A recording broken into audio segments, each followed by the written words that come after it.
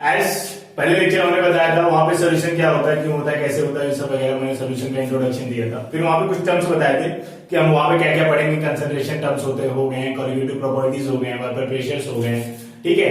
ये सब जो वहां के टर्म्स हमने बताए थे वहां पे हम ये हमको पढ़ना है। फिर वहां का सबसे जो पहला टर्म्स होता है वो कंसंट्रेशन टर्म है, जिसके बारे में हम यहाँ पे डिस्कस करेंगे, ठीक है।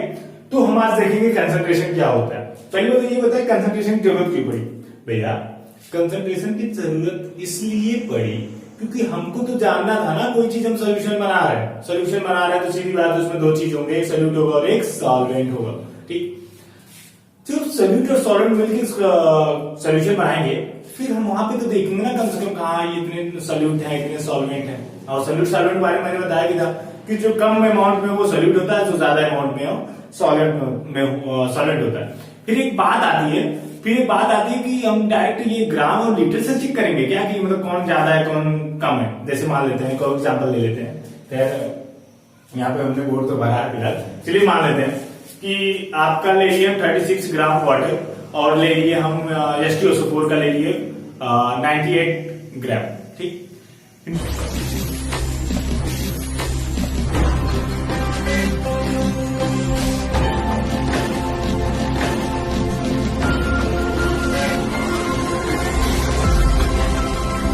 98 ग्राम ले लिए हमने किसका, H2SO4 का, और हमने किसका लिया 36 ग्राम वाटर का। फिर वहां पे आपको सीधा सीधा दिख रहा होगा कि जो H2SO4 का अमाउंट है वो 98 ग्राम है और जो वाटर का अमाउंट है वो 36 ग्राम है। अगर वेट वाइज आप आएंगे तो आपको सीधा सीधा नजर आएगा कि जो H2SO4 है वो ज्यादा अमाउंट में, इस नियम और कायदे के अनुसार इसको सल्यूट होना चाहिए। बट ये बिल्कुल गलत है, एकदम गलत है, महागलत है। तो इसलिए आपको भैया हमको अकॉर्डिंग टू मोल्स जाना है, ना कि डायरेक्ट वेट या वॉल्यूम्स में जाना है, ठीक है। अगर हम मोल्स निकालेंगे तो 98 ग्राम H2SO4 का 1 मोल्स होता है, ठीक, और 86 ग्राम वाटर का 2 मोल्स होता है। तो यहाँ पे वाटर 2 मोल्स है और 98 ग्राम जो H2SO4 था वो 1 मोल्स था। फिर मोल्स में कौन ज्यादा हुआ, वाटर। तो अमाउंट में कौन ज्यादा हुआ, water. That is why water is solvent here and H2SO4 is solute here. Okay guys, तो हमने बस ये कहने का मतलब है, कंफ्यूज मत होइएगा कि कहीं पे ग्राम देख के तुरंत चेंज हो जाइएगा, नहीं ऐसा मत कीजिएगा, ठीक है। वो होता है सॉल्यूट और सॉल्वेंट। फिर हम यहाँ पे देखेंगे यार कि ये सॉल्यूट कैसे प्रेजेंट होता है सॉल्यूशन में, कितने प्रेजेंट होते हैं, हम उसका तो चेक करेंगे ना कितने प्रेजेंट है कितने नहीं, ठीक। तभी तो हमको कंसंट्रेशन जानना है। मान लो कल हमको चीनी का शरबत बनाना हो, ठीक भाई, हम चीनी मिलाते हैं, ज्यादा मिलाते हैं ज्यादा मीठा हो जाता है, कम मिलाते हैं कम मीठा होता है, अच्छा मिलाते हैं हम लोग according to the weight of sugar. तो उसका वैसे ही हमको टेस्ट मिलता है, गाढ़ापन होता है। कंसंट्रेशन ज्यादा होगा तो हमको ज्यादा मीठा लगेगा। क्यों? क्योंकि हम चीनी ज्यादा मिलाए, चीनी ज्यादा मिलाए, नंबर ऑफ सॉल्यूट्स मैंने ज्यादा कर दी, नंबर ऑफ सॉल्यूट ज्यादा कर दिए तो उसका कंसंट्रेशन ज्यादा हो गया। जब उसका कंसंट्रेशन ज्यादा हो गया तो सीधी बात है आप उसका फील भी ज्यादा करेंगे, ठीक।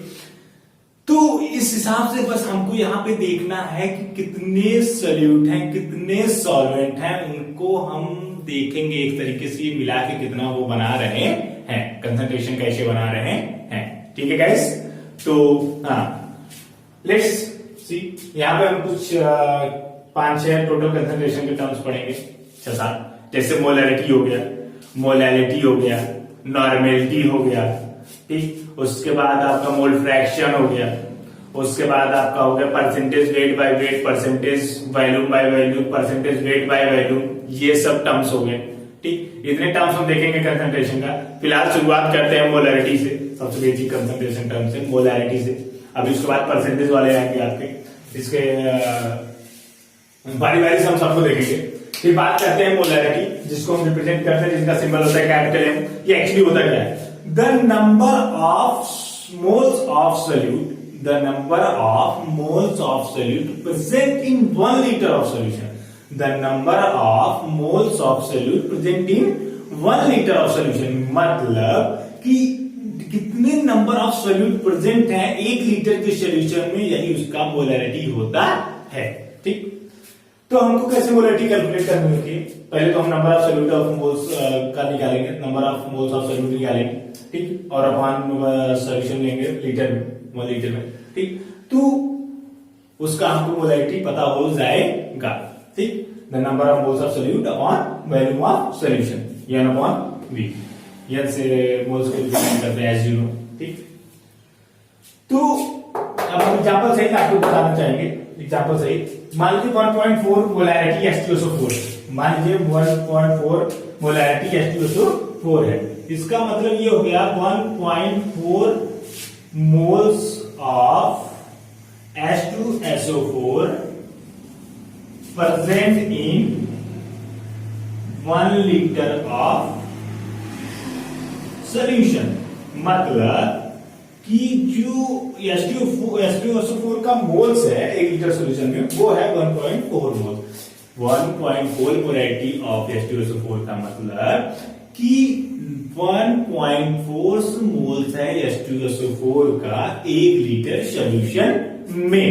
ठीक, यही इसका एक मतलब है। अभी क्वेश्चन भी सॉल्व करेंगे इसके एग्जांपल के रूप में।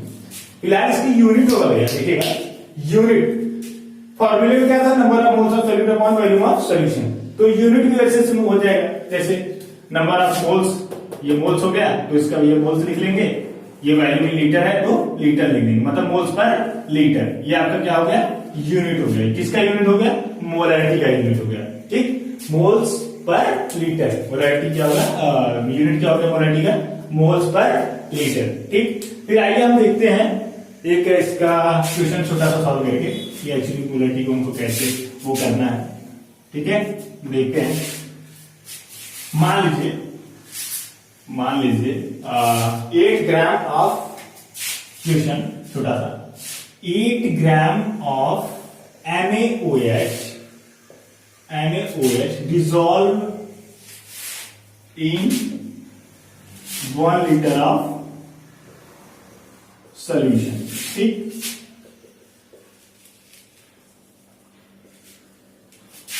find its molarity, molarity. ठीक है, अब हम इसको मोलैरिटी को देखना है। हमने बताया था मोलैरिटी कैसे कैलकुलेट करना है, number of moles of solute upon volume of solution in litre. ठीक, अब हम पहले NaOH का नंबर ऑफ मोल्स निकालेंगे। NaOH का, सोडियम हाइड्रोक्साइड का नंबर ऑफ मोल्स निकालेंगे। नंबर ऑफ मोल्स निकालने के लिए वेट अपॉन मॉलिक्यूलर वेट होता है। वेट कितना दिया गया है, 8 ग्राम। मॉलिक्यूलर वेट NaOH का अगर आप निकालेंगे तो Na का हो गया 23, इसका हो गया ऑक्सीजन का हो गया 16 और इसका हो गया 1। टोटल कितना हो गया 40। ठीक, तो 40 है, इसको कट करके कितना आ जाएगा आपका 0.25। ठीक, मतलब जो नंबर ऑफ मोल्स आया वो है 0.25 अपॉन 1 लीटर ऑफ सोल्यूशन दिया ही है 1, तो मतलब 0.25 मोलैरिटी या कहते हैं। ठीक, तो हमने 8 ग्राम ऑफ सोडियम हाइड्रोक्साइड को मिलाया 1 लीटर ऑफ सोल्यूशन में, और उसका मोलैरिटी हमने जब कैलकुलेट किया तो कितना आया 0.25 मोलैरिटी। ये होता है आपका मोलैरिटी का टर्म। ठीक, चलिए देखिएगा, now we see about molarity. हमने पहला क्या बताया था, मोलैरिटी। अब ये क्या है, मोलैरिटी। लिटी वो क्या था, रेटी, दैट इज डिफरेंट। ओके, वो क्या था, मोलैरिटी। ये क्या है, मोलैरिटी। ठीक, वो कैपिटल एम से रिप्रेजेंट होता था, ये स्मॉल एम से रिप्रेजेंट होता है। ठीक, लगभग सेम कंसंट्रेशन टर्म है, बस थोड़ा डिफरेंट है। अब इसके बारे में बताते हैं आपको। तो वहां पे हमने मोलैरिटी के बारे में देखा, अब यहां पे हम मोलैरिटी के बारे में देखेंगे। ये एक्चुअली होता क्या है, the number of solute, the number of moles of solute present in 1000 gram of solvent. मतलब कि द नंबर, कितने नंबर ऑफ मोल्स प्रेजेंट है सोल्यूट पार्टिकल्स के 1000 ग्राम सॉल्वेंट में। ध्यान रखना, सॉल्वेंट में, सोल्यूशन में। वहां क्या था, सोल्यूशन, यहाँ पे क्या है, सॉल्वेंट। ठीक, हम यहाँ पे सॉल्वेंट देखेंगे, वहां पे मोलैरिटी में आपका सोल्यूशन था, वैल्यू में सोल्यूशन। लेकिन यहाँ पे सॉल्वेंट है भैया, थोड़ा ध्यान रखिएगा। हम अभी भी number of moles of solute देखेंगे, लेकिन किसमें? पर 1000 ग्राम ऑफ या 1 किलोग्राम ऑफ सॉल्वेंट। ठीक है, तो मोलैलिटी है क्या? मोलैलिटी है the number of solute particles, the number of moles of solute particles present in 1000 gram और 1 kilogram of solvent, then that is called its molality. मतलब तब हम उसको क्या कहते थे? उसका मोलैलिटी। ठीक, उसको हम कैसे कैलकुलेट करते हैं देखिएगा। Molality of solution is calculated by, ठीक, number of moles of solute upon amount of solvent in kg. मान लीजिए कहीं भी आपको amount of solvent in kilograms मिल जाता है, तो उसके लिए देखिएगा number of moles of solute upon amount of solvent in gram. मतलब अगर ग्राम में हो तो हम ऊपर 1000 से मल्टीप्लाई कर देंगे, तो हमारा क्या पर ग्राम के सॉल्वेंट के रूप में हमारा कंसंट्रेशन टर्म आ जाएगा, मोलैलिटी आ जाएगा। ठीक है गाइस, तो हम यहां पे देखेंगे कि जब ये number of moles of solute हम कैलकुलेट करेंगे ग्राम, अमाउंट ऑफ सॉल्वेंट के ग्राम के टर्म्स में, देन हमको ऊपर 1000 से मल्टीप्लाई करना पड़ेगा। ठीक, अब हम उसको यूनिट को कैलकुलेट करते हैं। तो इसको यूनिट जो होगा वो देखिए नंबर ऑफ मोल्स, बोले तो moles upon solvent in kg, तो मोल्स अपॉन केजी, मोल्स पर केजी। ठीक, ये आपका क्या हो गया? ये आपका हो गया इसका यूनिट। ठीक है गाइस, मान लेते हैं हम कोई एग्जांपल ले लेते हैं आपको समझने के लिए, कोई एक एग्जांपल ले लेते हैं। ठीक है, मान लीजिए कोई भी एक एग्जांपल ले लीजिए, जैसे जैसे जैसे जैसे जैसे जैसे आप किसी का फार्मूला याद को आता होगा, मान लेते हैं ग्लूकोज। ठीक है, हम ले लेते हैं 1.8 मोलैलिटी ऑफ ग्लूकोज। ठीक है गाइस, अरे ठीक है, ओके। अगर ये ऐसा दिया है तो इसका मतलब ये हुआ 1.8 moles of glucose present in 1 kg of solvent. ठीक, ठीक है गाइस, इसका ये मतलब हुआ कि 1.8 moles of glucose present in 1 kg of solvent. ठीक है, अब देखिएगा normality the number of gram equivalent of solute present in 1 litre of solution is known as normality.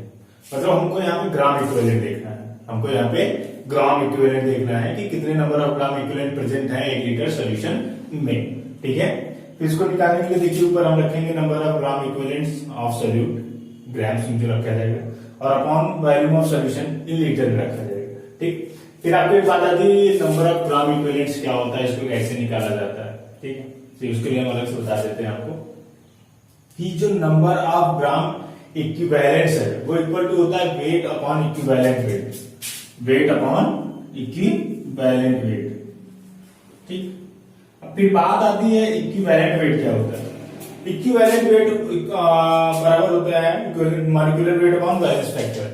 ये वो फैक्टर है, जैसे अगर कोई एसिड है तो उसकी एसिडिटी कितनी है, अगर कोई बेस है तो उसकी बेसिसिटी कितनी है, अगर कोई कैटायन या एनायंस है तो उसके चार्ज कितने हैं, उस बेस पे ये वी फैक्टर आपका होता है।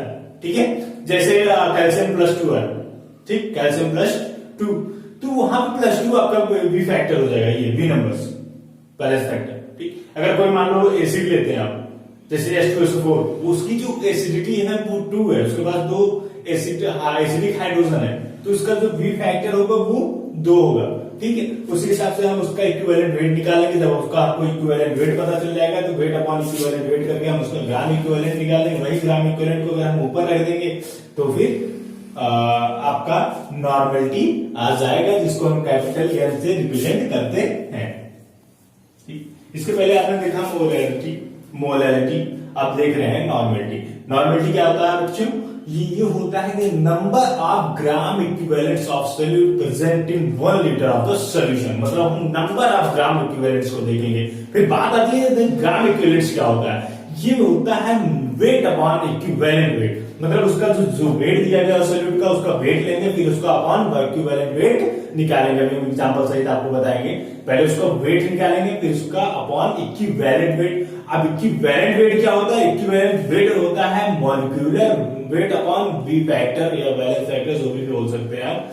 ये जो बी फैक्टर या बैलेंस फैक्टर, इसको हम क्या मतलब क्या कैसे निकालते हैं? हमने बताया जैसे अगर मान लो एसिड या बेस है तो उसकी एसिडिटी कितनी है या बेसिसिटी कितनी, इस बेस पे हम बैलेंस फैक्टर को निकालते हैं। मान लीजिए वो कोई आयंस है, कैटायन हो या एनायन हो, तो उसका कितना चार्ज है, +2 है, +3 है, +1 है, -2, -3, -1, जो भी हो, ठीक। उस बेस पे हम उसका मतलब वही उसका वो हो जाता है आपका वी फैक्टर, और वी फैक्टर को मॉलिक्यूलर वेट में रख देते हैं, हमको मिल जाता है इक्विवेलेंट फैक्टर। इक्विवेलेंट फैक्टर फिर वापस जो सॉल्यूट का वेट होता है उससे डिवाइड कर देते हैं, जिससे हमको मिल जाता है ग्राम इक्विवेलेंट। फिर ग्राम इक्विवेलेंट यही उठा के हम ऊपर रख देंगे, फिर अपॉन 1 लीटर ऑफ सोल्यूशन रख देंगे, तो आपको अपनी नॉर्मलिटी पता चल जाएगी। ठीक है बच्चों, देखिएगा ये नॉर्मलिटी जो होती है इतना तो ज्यादा नहीं पूछा जाता फिलहाल, फिर जितना मोलैलिटी और मोलैलिटी ये सब पूछे जाते हैं, क्योंकि मोलैलिटी और मोलैलिटी सबसे ज्यादा इसी फॉर्म में पूछे जाते हैं, मोलैलिटी और मोलैलिटी। फिर भी हमें नॉर्मलिटी के बारे में जानना चाहिए, क्या पता कब कौन सा पूछ ले। ठीक है, फिर चलिए न्यूमेरिकल्स देखते हैं इसका नॉर्मलिटी का। ऐसे नॉर्मलिटी होता क्या है? जैसा कि हमने बताया नॉर्मलिटी क्या होता है, the number of gram equivalent of solute upon volume of solution in litre. चलिए एग्जाम्पल के तौर पर एक क्वेश्चन देखते हैं। जैसे 98 ग्राम को अगर हम डिजोल्व करते हैं 250 ml ऑफ सॉल्यूशन में, तो उसका हमें नॉर्मलिटी और मोलैलिटी दोनों हमें निकालना है। पहले हम नॉर्मलिटी देखते हैं, उसके बाद मोलैलिटी देखेंगे। मोलैलिटी जैसा कि हम पहले भी बता चुके हैं, तो यहाँ पे नॉर्मलिटी देख लेते हैं। नॉर्मलिटी क्या होता है? नॉर्मलिटी क्या होता है? Number of gram equivalent of solute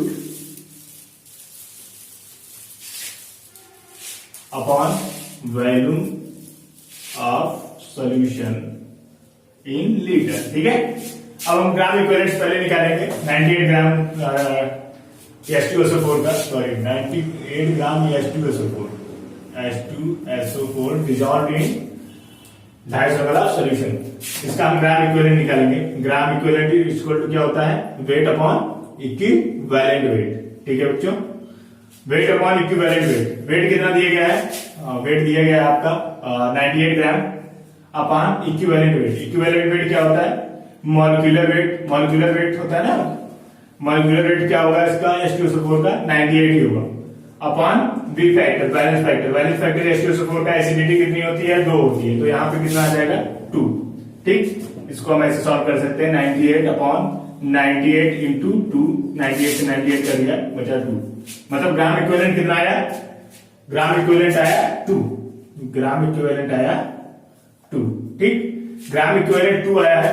अब इसको हम यहाँ पे पुट करेंगे, तो 2 upon volume of solution in litre, लेकिन यहाँ पे मिलीलीटर में दिया है। ठीक है, हमको लीटर में लेना है, लेकिन यहाँ पे मिलीलीटर में दिया गया है, तो हम क्या करेंगे, इस ऊपर 1000 से मल्टीप्लाई कर देंगे, तो आपका आ जाएगा ml में। ठीक है, 250 से 1004, मतलब कितना हो गया टोटल? 8।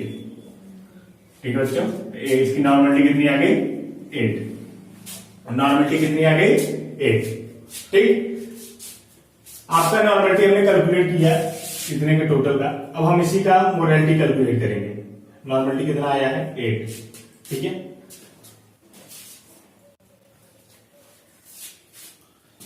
अच्छा 8 ग्राम इक्विवेलेंट पर लीटर। ग्राम इक्विवेलेंट पर लीटर यूनिट, ये नॉर्मलिटी की यूनिट है। ठीक है, अब हम देखेंगे मोलैलिटी इसका निकालेंगे। मोलैलिटी कैसे कैलकुलेट किया जाता है? मोलैलिटी का बताया था हमने कि number of moles of solute upon volume of solution. Number of moles of solute upon volume of solution. Morality, ठीक, क्या था, number of moles of solute upon volume of solution in litre. Okay बच्चों, ठीक। अब पहले हम moles निकालते हैं इसमें। H2SO4 का कितना मोल्स है, मोल्स ऑफ H2SO4 कितना दिया, देखिएगा 98 ग्राम वेट दिया गया, मॉलिक्यूलर वेट इसका 98 ही होता है, तो उसका जो मोल्स आ जाएगा, नंबर ऑफ मोल्स इज 1, ठीक, नंबर ऑफ मोल्स इज 1। तो आगे आपका number of moles is 1 upon volume of solution in litre, volume of solution in litre, volume of solution in litre भैया यहाँ पे एमएल में दिया है तो 250, और अगर एमएल में दिया रहता है तो आपको ऊपर 1000 से मल्टीप्लाई करना पड़ता है। सपोज दैट मान लीजिए एमएल में दिया था, अगर इसको आपको लीटर में कन्वर्ट करना होता है तो हम क्या करते हैं, 1000 से डिवाइड करते हैं, ठीक, यही 1000 ऊपर चला जाएगा, तो क्या हो जाएगा 1 इंटू 1000 अपॉन 250, ठीक, ये से ये कटेगा 4 बचा, तो आपका नॉर्मलिटी कितना आ गया 4 क्या है 4 मोल पर लीटर, 4 मोल पर लीटर, ये आपका आ गया मोरालिटी। क्या आ गया बच्चों, मोरालिटी। आपका मोरालिटी कितना आ गया, मोरालिटी आपका टोटल आ गया भैया 4 ml 4 मोल पर लीटर, ठीक, 4 मोल पर लीटर। नॉर्मलिटी कितना आया था, नॉर्मलिटी आया था 8 ग्राम इक्विवेलेंट पर लीटर, ठीक। हम यहां से नॉर्मलिटी और मोलारिटी में रिलेशन फाइंड आउट कर सकते हैं। यहां से हम नॉर्मलिटी और मोलारिटी में रिलेशन फाइंड आउट कर सकते हैं। आप देख रहे होंगे जो नॉर्मलिटी है ये जस्ट डबल है किसके, मोलारिटी के। आप देख रहे होंगे जो ये नॉर्मलिटी है जस्ट डबल है मोलारिटी, ठीक, मतलब क्या हो सकता है, normality is equal to um molarity into valence factor या वी फैक्टर, जो भी, ठीक है, वायलेंस फैक्टर। क्या क्या क्या क्या क्या बता रहे हैं बच्चों, हम बोल रहे हैं कि normality is equal to molarity into valence factor, ठीक। अगर हम रिलेशन फाइंड आउट करेंगे, अभी हम इसको प्रूव भी कर सकते हैं, normality equal to molarity into V factor, normal balance factor, ठीक। अभी जैसा कि आपने देखा, हमने इसके पहले का क्वेश्चन सॉल्व करके दिखाया उसमें कि वहां पे जो नॉर्मलिटी आया था 8 आया था, मोरालिटी कितना आया था 4 आया था, ठीक। उसका जो बैलेंस फैक्टर था वो 2 था, क्योंकि जो H2SO4 होता है उसकी एसिडिटी 2 होती है, ठीक है। तो अगर कहीं पे मोरालिटी दिया है तो हम डायरेक्टली नॉर्मलिटी फाइंड आउट कर सकते हैं, अगर नॉर्मलिटी दिया है तो हम डायरेक्टली मोरालिटी फाइंड आउट कर सकते हैं। इसको आप देख सकते हैं ऐसे कि जो मोरालिटी होता है क्या होता है, नंबर ऑफ मोल्स, बोले तो इसको शॉर्ट फॉर्म में लिखते हैं N अपॉन L, ठीक, और नॉर्मलिटी क्या होता है, ग्राम इक्विवेलेंट, ग्राम इक्विवेलेंट में क्या होता है, मास अपॉन इक्विवेलेंट मास, ठीक है, ये तो होता है। अब इक्विवेलेंट मास में क्या होता है, मास अपॉन इक्विवेलेंट मास क्या होता है, molecular mass upon V factor, ठीक है बच्चों, molecular mass upon V factor into L, ठीक। अब यहां से आप देख ही रहे होंगे, अगर ये आप देख पा रहे होंगे वेट अपॉन मॉलिक्यूलर वेट है, तो आप समझ पाएंगे कि इसको हम मोल लिख सकते हैं, ठीक है बच्चों। N बैलेंस फैक्टर ये ऊपर चला जाएगा, M अपॉन मॉलिक्यूलर मास या weight into VF upon L। इसको हम क्या लिख सकते हैं, इसको हम लिख सकते हैं N upon L into VF।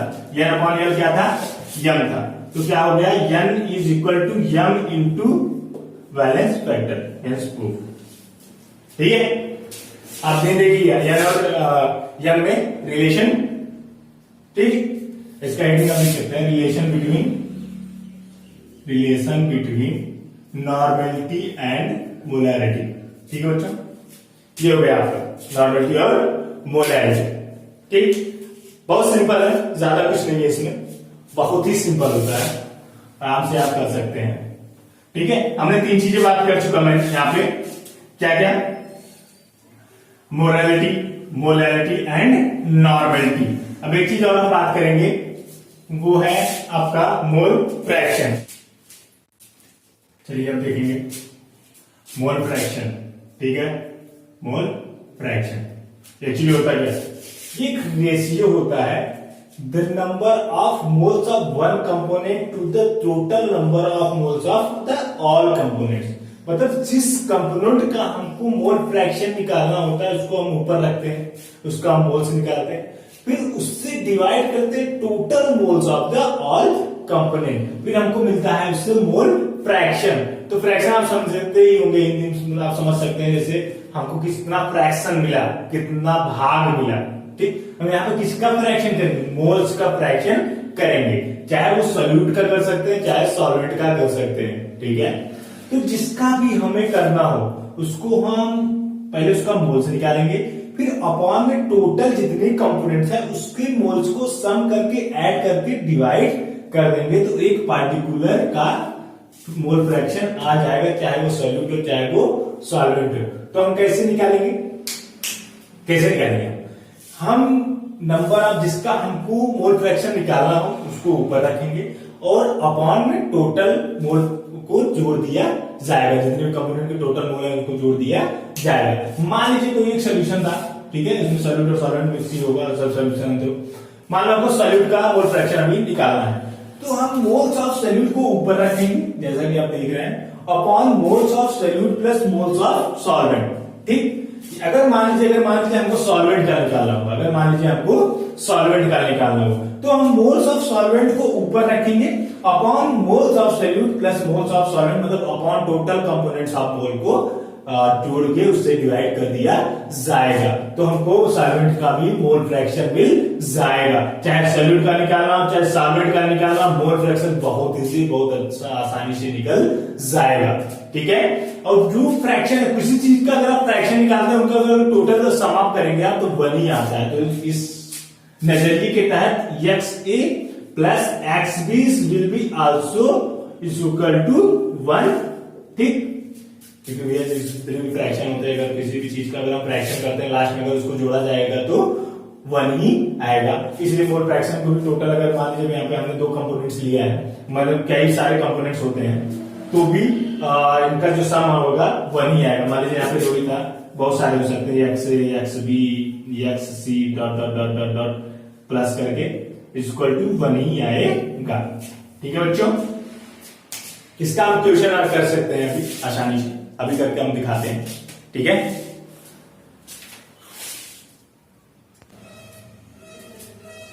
चलिए मान लेते हैं कि जो है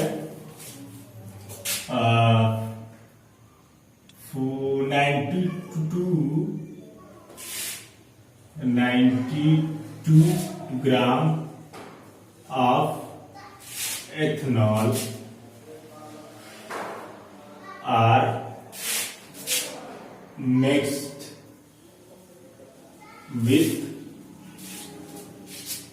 54 ग्राम ऑफ वाटर। ठीक है बच्चों, 92 gram of ethanol mixed with 54 gram of water. हम find out mole fraction of both ethanol and water. ठीक, हमको मोल फ्रैक्शन निकालना है दोनों इथेनॉल और वाटर का। पहले हम निकालते हैं, चलो निकालते हैं मोल फ्रैक्शन। अच्छा पहले ये बताइएगा, आप हमको थोड़ा ध्यान दीजिएगा कि इसमें सॉल्वेंट कौन होगा, सॉल्वेंट कौन होगा, मतलब इथेनॉल सॉल्यूट होगा या सॉल्वेंट की वाटर होगा सॉल्यूट या सॉल्वेंट, थोड़ा सोचने की बात है।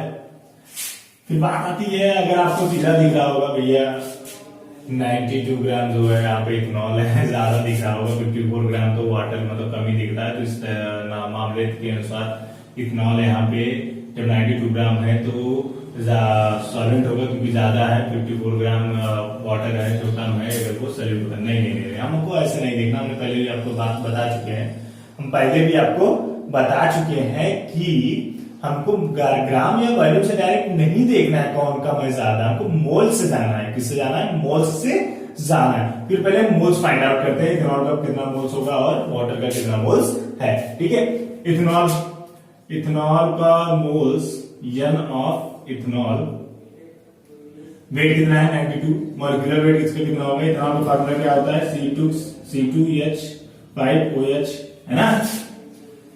अगर ये इसका फार्मूला है तो ये इसका कितना हो जाएगा C224 plus 5 plus 16 plus 1, total आप जोड़ देंगे आ जाएगा 46, ठीक 46। तो इसका जो मॉलिक्यूलर वेट होगा इथेनॉल का 46 आ रहा है, तो ये जो मोल्स आ रहा है तो 2 मोल आ रहा है इथेनॉल का। अब हम निकालेंगे वाटर का, वाटर में कितना मोल्स आ रहा है, वाटर दिया गया 54, इसका मॉलिक्यूलर वेट होता है 18, ये 3 मोल्स आ रहा है, ठीक है। तो मोल्स में कौन ज्यादा है, वाटर अभी भी मोल्स में ज्यादा है, तो यहाँ पे सॉल्यूट कौन होगा, इथेनॉल क्योंकि कम है, और सॉलिड कौन होगा, वाटर क्योंकि ज्यादा है, मोल्स में ज्यादा है। अब हमको यहाँ पे मोल फ्रैक्शन निकालना है, हमको यहाँ पे मोल फ्रैक्शन निकालना है बारी से दोनों का। मान लेते हैं निकालते हैं मोल फ्रैक्शन ऑफ वाटर, ठीक है, मोल फ्रैक्शन ऑफ वाटर, ठीक। मोल फ्रैक्शन ऑफ वाटर तो हम पहले निकालते हैं, जो कि यहाँ पे सॉल्वेंट है फिलहाल, फिर कोई दिक्कत नहीं है।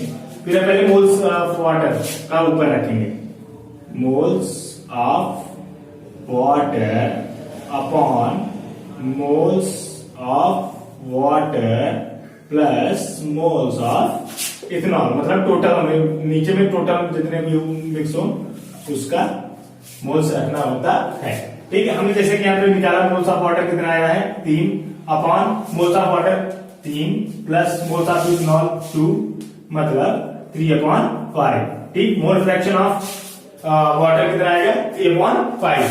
अगर हम चाहे तो ऐसे भी हमने जैसा कि बताया था मोल फ्रैक्शन टोटल सम करने के बाद 1 आता है। अगर हम यहाँ से 1 माइनस इतना कर दें तो हमको मोल फ्रैक्शन ऑफ कितना जो बचा है उसका निकल आएगा, कौन बचा है इथेनॉल, ठीक। लेकिन अगर हम रूल के अकॉर्डिंग जाए तो हम ऐसे भी नॉर्मल निकाल सकते हैं, मोल फ्रैक्शन ऑफ वाटर कौन है ethanol equal two moles of ethanol कितना आएगा, मोल्स ऑफ इथेनॉल 2 है, ठीक है, अपॉन टोटल मोल्स कितना है 5, ठीक। 2/5 कितना आ जाएगा इथेनॉल का, 3/5 किसका आ जाएगा वाटर का, ठीक। वैसे भी वाटर का मोल्स ज्यादा है, ठीक है। ये होता है आपका मोल फ्रैक्शन। अब देखेंगे कंसंट्रेशन का टर्म्स इन परसेंटेज के रूप में कैसे देखा जाता है। यहाँ पे 3 चीज देखेंगे, percentage weight by weight, percentage B by B, value by value, percentage weight by value, 3 चीज देखेंगे, ठीक है। तो अभी पहले की बात कर ले रहे हैं, ये आपका परसेंटेज वेट बाय वेट, ठीक। Mass of solute present in given mass of solution, ये बहुत सिंपल है कि कितना मास प्रेजेंट है सोल्यूट का जो गिवन की दिया गया हो सॉल्यूशन के मास में, ठीक। मान लेते एग्जांपल के तौर पर समझते हैं 2.1 percentage weight by weight of HCl, ठीक। एक्वस मतलब पानी में मिला ही होगा, ठीक। इसका मतलब देखते हैं, ठीक। HCl का 2.1 परसेंटेज वेट बाई वेट, ठीक। इसका मतलब ये है 2.1 gram of HCl present in 100 gram of solution, ठीक। इसका क्या मतलब हुआ कि जो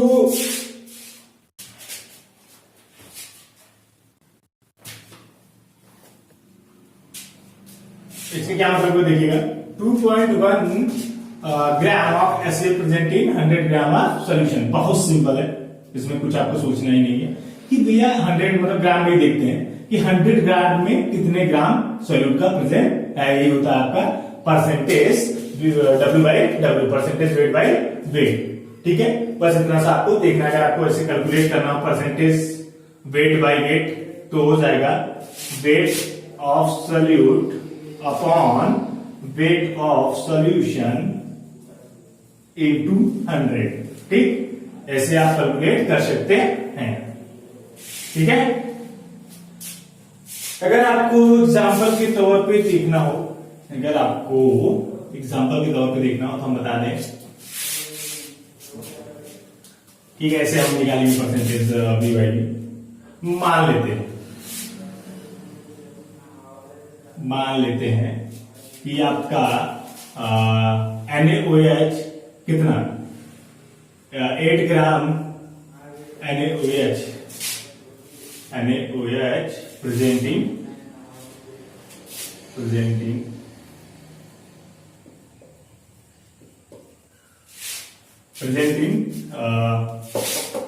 कितने ग्राम 80 ग्राम ऑफ वाटर। ठीक है, हमको परसेंटेज वेट बाय वेट निकालना है। तो यहाँ पे सॉल्यूट होना है NaOH। ठीक है, इसका मास कितना दिया गया है 8। ठीक, इसका मास दिया गया है 8 अपॉन सॉल्यूशन का टोटल मास कितना हो जाएगा 8 80 प्लस 8 सॉल्यूशन लेना है ना, सॉल्यूट लेके सॉल्यूट हो गया तो दोनों को हमको जोड़ना पड़ेगा 88 into 100।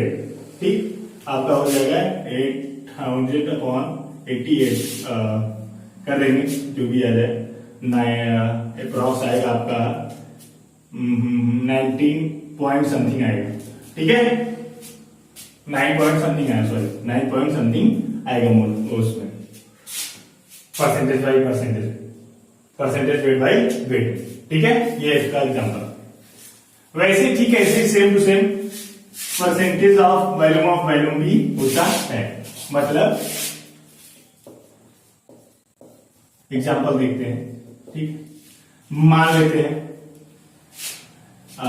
15% volume by volume of ethanol liquid होता है ना। 15% volume of ethanol in water और सॉल्यूशन जो भी। ठीक, इसमें क्या होगा 15 ग्राम सॉरी 50 ml ये ml में कैलकुलेट की, जैसे वो ग्राम में था ये वॉल्यूम ml में देखा जाएगा। 50 ml of ethanol are present in 100 ml of solution। ठीक है, 100 ml of solution। सेम कुछ भी आपको ज्यादा सोचना नहीं है। अगर आपको कैलकुलेट करना हो परसेंटेज V बाई V तो आपका आ जाएगा हम पहले क्या ले लेंगे वैल्यू लेंगे किसका सॉल्यूट का अपॉन वैल्यू लेंगे सॉल्यूशन का। ठीक है, उससे मल्टीप्लाई कर देंगे 100। ठीक, बहुत सिंपल है, बहुत आसान है, आराम से कैलकुलेट हो जाएगा किसी भी टाइप का क्वेश्चन। ठीक, ये होता हो गया आपका परसेंटेज V बाई V। अब देखेंगे परसेंटेज W बाई V।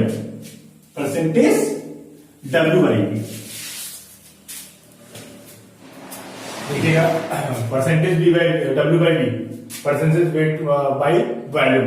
ठीक है, इसमें एक्चुअली होता है कि हम पहले मास का सॉल्यूट लेते हैं अपॉन वॉल्यूम का सॉल्यूशन का वॉल्यूम लेते हैं। ठीक, उसके बाद 100 से मल्टीप्लाई करते हैं तो हमको मिल जाता है परसेंटेज वेट बाई वॉल्यूम। जैसे फॉर एग्जांपल लेते हैं 27% weight by volume of sugar solution. ठीक, इसका मतलब ये होगा कि 27 gram of sugar presenting 100 ml of solution.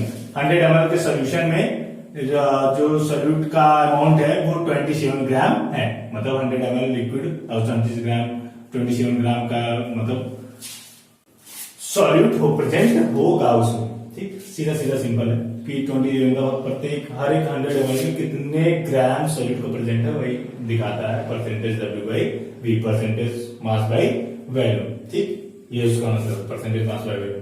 उसके बाद देखेंगे लास्ट वाला ppm जिसको हम बोलते हैं पार्ट पर मिलियन। ठीक है, इसमें हम देखते हैं कि हम it represent parts of solute present in 1 million और 10⁶ पार्ट्स ऑफ सॉल्यूशन।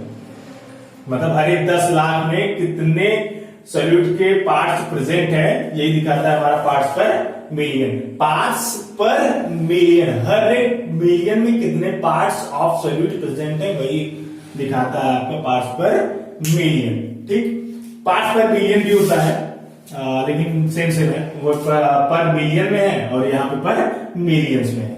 ठीक, एक्चुअली इसमें जो बहुत डाइल्यूट कंसेंट्रेशन इसको मेजर किया जाता है, मतलब जो बहुत कम अमाउंट में सॉल्यूट जहां पे प्रेजेंट हो तब उसके लिए यूज किया जाता है। जैसे आप इसके लिए हार्डनेस ऑफ वाटर को कैलकुलेट कर सकते हैं। उसके बाद इसमें आप पॉल्यूशन कैलकुलेट कर सकते हैं। जैसे मान लीजिए हमको CO2 अभी देखना हो, CO2 कितना प्रेजेंट है एटमॉस्फेयर में, जो पोल्यूशन का कॉज होता है CO2।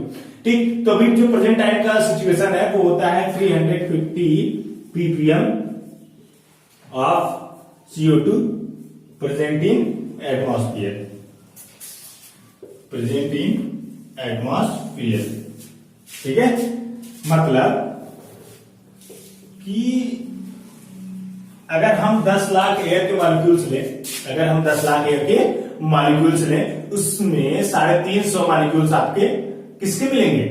350 मॉलिक्यूल्स आपके CO2 को मिलेंगे। मतलब in each 10 lakh molecules of air there will be 350 molecules of CO2। मतलब कितना कम अमाउंट है। तो ऐसे अमाउंट को हम मेजर करने के लिए पार्ट्स पर मिलियन का यूज करते हैं। बहुत सिंपल है, बहुत वो है, लॉजिकली है। ठीक है, और जैसे जिसका बताया ये, और हार्डनेस ऑफ वाटर भी हम इससे कैलकुलेट कर सकते हैं। ठीक है, ऐसे ही होता है पार्ट्स पर बिलियन। तो उतना आप उसके बारे में ज्यादा जानना नहीं है, बस इसके जैसे ये है वैसे ही वो भी एकदम सेम टू सेम होता है। तो आपका कंसंट्रेशन पूरा खत्म हो चुका है। अब आगे हम पढ़ाएंगे वेपर प्रेशर का। ठीक है, तो नेक्स्ट वीडियो में आपको बताएंगे वेपर प्रेशर। अभी तक कंसंट्रेशन के टोटल हमने 6 टर्म्स बताए मिला जुला के। क्या था? Molality, molality, normality, mole fraction और परसेंटेज कंसंट्रेशन, जिसमें 3 पार्ट में बताया था। Percentage W/W, percentage V/V, percentage W/V। उसके बाद हमने फिर ये लास्ट बताया आपका पार्ट्स पर मिलियन, ppm। इतनी चीजें हमने आपको बताया। अगर किसी को कहीं पर दिक्कत हो तो हमारे कॉन्टेक्ट नंबर पे जरूर हमसे संपर्क करें, और हम नीचे डिस्क्रिप्शन में दे देंगे कॉन्टेक्ट में। आप अपना ट्यूशन आराम से भेज सकते हैं अगर कोई आपको डाउट होता है।